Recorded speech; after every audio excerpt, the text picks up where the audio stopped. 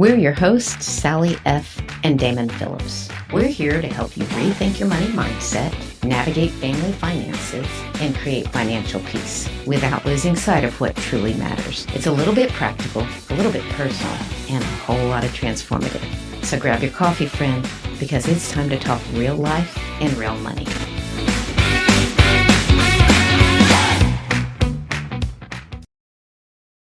Hi guys, welcome back. Today we're talking about something I'm quite proud of, and that is how we raise our kids to learn about money, responsibility, and work, starting from an age pretty early. Pretty young. I don't even remember the exact ages. But... No, we're guessing 8 and 5. I'm just going to put this out there. It would be, I would love to see them on here one day and talking about what their perspective was being raised this way. So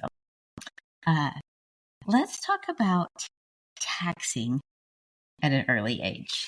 That was your idea. It was my idea. Ultimately, I wanted the kids, when they left our house, to actually get a tax break. So we put them in a 40% tax bracket. And it's probably one of the best decisions we ever made as a couple when it came to raising our children. And we were always united on this. From day one. I'm pretty sure, which is why we're trying to remember when this all started. It'd be interesting to hear what their remembrance is, but it seems like this would have had to come after Dave Ramsey. Yes. But I don't know. So here's how it went. Let's say our son was 5. I'm pretty sure he was 5 when we started. You're 5 years old. You have 5 chores a week. You get $1 for every chore. So when you're 5, you have 5 chores, $5 a week. When you're 6, $6, $7, 7 chores. So as you age, you have more responsibility. That's life. Mm-hmm. When you work, you get paid. So when they were really little, which is kind of where it gets blurry, because I remember them toddling around. You do your chore, take out the trash, you get $1 instantly. Instant association with you work, you get paid. You want more money? We'll find you more work. The only caveat was that they could not spend any of that week's money until after we sat down and assessed the taxes. So it was one of those things that we want them to understand is, yes, you have to work. And when you work, you get paid, but you don't get to keep everything that you make. Real life. So they would get $5 and they would get their piggy banks. And what would happen is Sally would pay them, and then they would say, okay, 10% goes to God. Mm-hmm. 10% goes to college. 10% goes to long-term savings. And then 10% either goes to, when they were very young, they wanted a dog, so we called it a dog tax. But once they hit 10 years old, then it went towards a car, because we knew when they were 16, they would want a car. So at least they understood that, hey, we're putting this money away for a specific reason. And they had to pay the tax. So Sally said, all right, 10 to God. And they would have to figure out what that was, or we'd get a calculator and they would make the change. I was going to say the math teacher and me loved that, we're doing percentages, 10% out of every dollar goes here. We had little buckets, little tubs, little whatever that goes in your piggy bank, that goes in. And like, let's say the dog. People need to know that dogs cost money. We had a dog tax, and so the money would just kind of pile up. And then when we needed to buy dog food, there was enough. Let them use their money and pay for the dog's food. What else? So the nice thing about that is that every year they got older, they got another $1, and then they got another chore. Yeah. And what they saw is, even though they increased what they made, their tax went up, but also their disposable income came up. So once they put all that money away, whatever was left was theirs to spend any way they wanted. And tell them about how difficult that was. Well, the concept is we want them to practice spending money, to have the experience of what is it like to have money? What is it like to spend money? We had a spender and a saver, and they're both still the spender and the saver. That personality came shining through right away. But because it was their money and they had earned it and they had already our belief was that they could spend it however they wanted. And man, that was hard to watch sometimes. I never saw a child buy so many Star Wars figures, and I'm like, you're gonna play with them for a week, and you'll never use them again. But it was like, I'd rather him buy Star Wars figures than a motorcycle, and so it's like you gotta let them, spend it, and if they had it and could afford it, we let them. It seems, at the time it was challenging to watch them spend on what we thought was frivolous. But honestly, except for the Star Wars figures, I can't remember what they bought with their money. I'm sure they can't remember what they bought with their money. But I tell you what they didn't buy. So he was coaching football at the time. We would go Friday night football. We'd pack our snacks and whatever. And I'd watch other kids. So I'd watch kids come up and, Mom, I need money for this snack. Mom, I need money for this. And we'd bring food. It's not like we weren't going to feed our kids. We'd bring snacks and we'd bring food. If you wanted concession stand food, that had to be your money. And see, I wasn't there, so I didn't know, but I hated that. I always thought to myself, as your parents, we're going to feed you and we're going to clothe you. Yeah.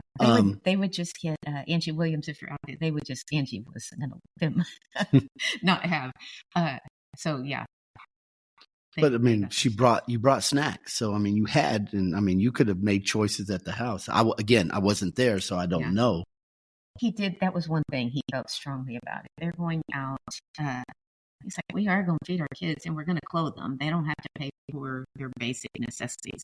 So they got money to do with what they wanted. Okay. So it was dog tax. 10% went to the dogs until they turned 10. And then it flipped over to car, saving for a car. Did we buy a car with that money?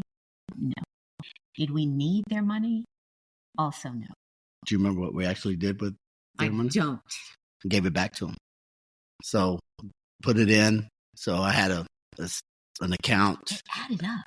It really did add up. So I would save it until they had a couple $100, and then I would go put it in a mutual fund and just stick it to the side. And so when they got their car and graduated, I said, "Look, this is how much you saved for your car. We're not going to use it. We're going to get you the car."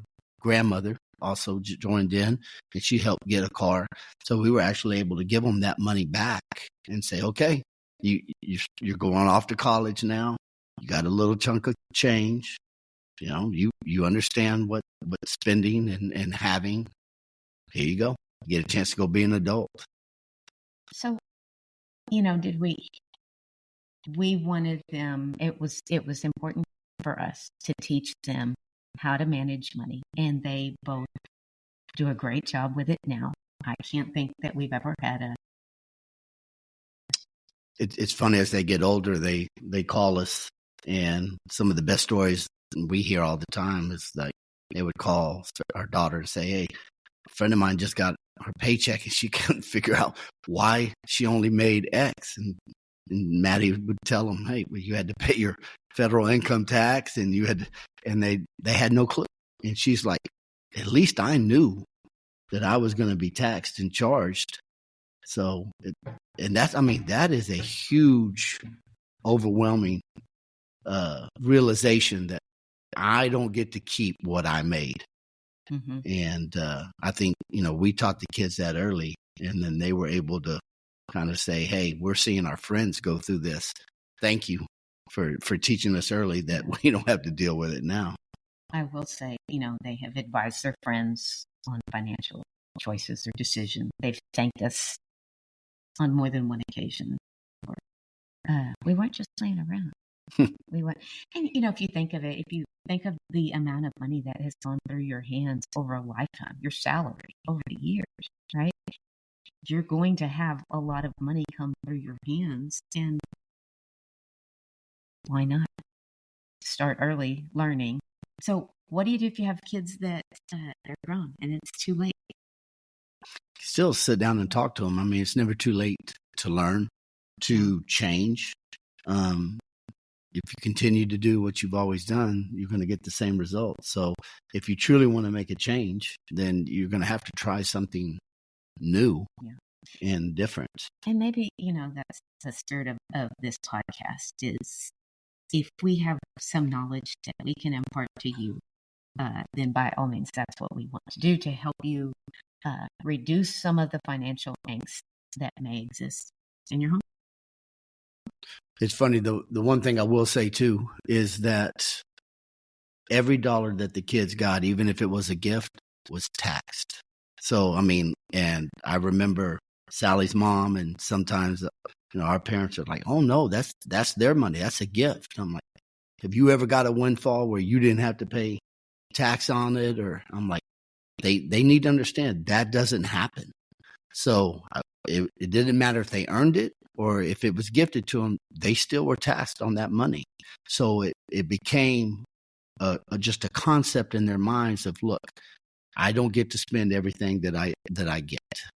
And that was I think it was harder for the grandparents than it was for the kids. Kids are like, okay, I still get to spend X, and they would figure out what their tax was going to be. What can I spend? And they really like it if they got 10 or 100 base zero, because they could just figure it out real quick, pass it on, and then they put the rest in their pocket. But 10 years old was a good time. That was a good number. It was easy. Yeah, dollar.